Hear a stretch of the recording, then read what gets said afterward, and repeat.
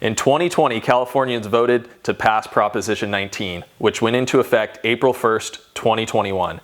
Want to know how Proposition 19 affects you and your home? Stay tuned. Hey everybody, I'm Ryan Schramm.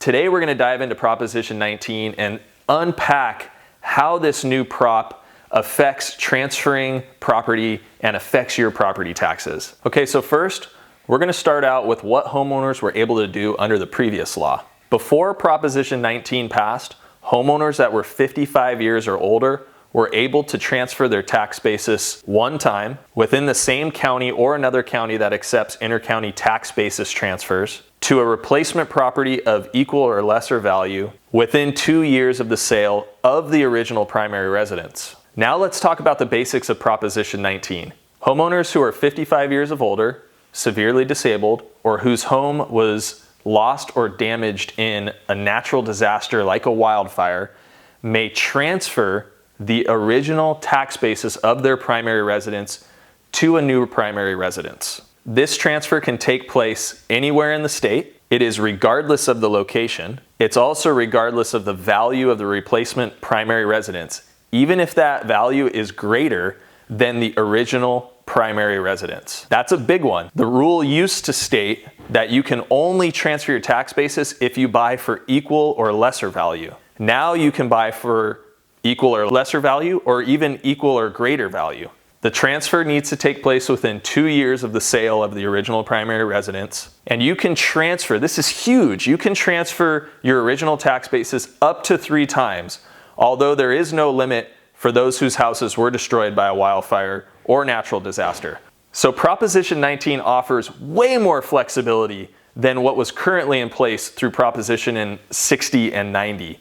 This gives homeowners so much more flexibility. I see this as being a huge advantage to a ton of my clients. They're no longer hamstrung by, I want to move, but I can't because my taxes are so low here. Prop 19 opens up a ton of opportunity. So as with anything where there are incentives, there are usually some drawbacks. So let's dive into what the drawbacks of Proposition 19 are. So the negative effects of Proposition 19 are mostly going to affect the transfer of property between, let's say, a parent to a child or a grandparent to a grandchild. Those are the people that are going to be affected by the drawbacks to Proposition 19. The law used to state that you can transfer, a parent, for example, could transfer to a child. They could transfer a primary residence or a rental property up to $1 million in value without the property tax being reassessed.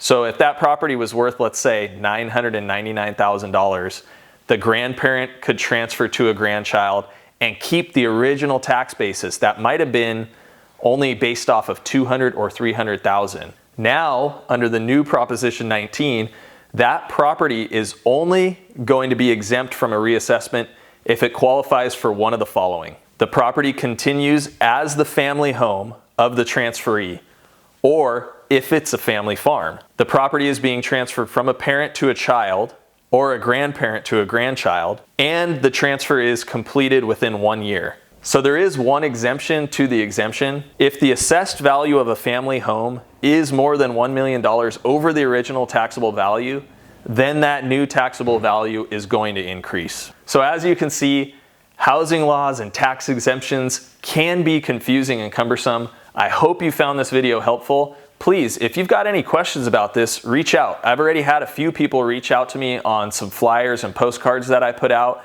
and we were able to kind of sort through what best suits them. And as always, if you have very specific questions, make sure to reach out to your tax attorney or CPA. I thank you so much for being here, and I look forward to seeing you on the next one.